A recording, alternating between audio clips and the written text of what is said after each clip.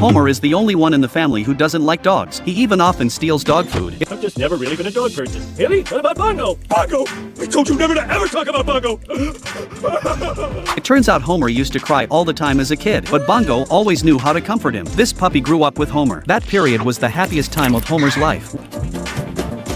One day Burns was lobbying for the nuclear power plant. He brought plush frog toys for the kids. Homer gave the toy to Bongo. Burns was furious. He grabbed Homer. Bongo rushed to protect his master and bit Burns. Get him out of here, son!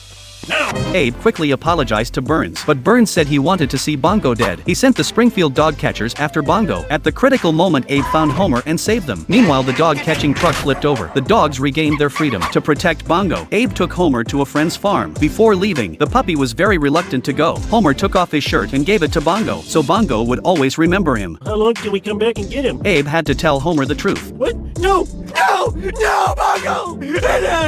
But Burns wasn't planning to let them off the hook. Abe promised to raise dogs for Burns for a year. Every day he was tortured by vicious dogs and covered in wounds. Burns even made him get in the dog cage without shoes or tie. Abe endured it all, but Homer never understood what Abe did. Their relationship stayed tense for decades.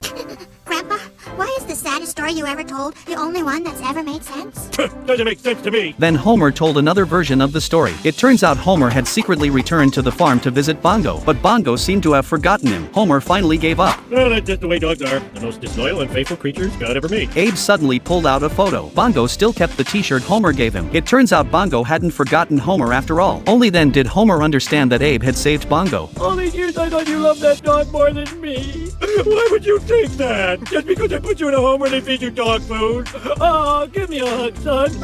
That night Homer had a dream. He walked Little Santa's little helper to the park from his memory. Bongo was still there with his childhood self.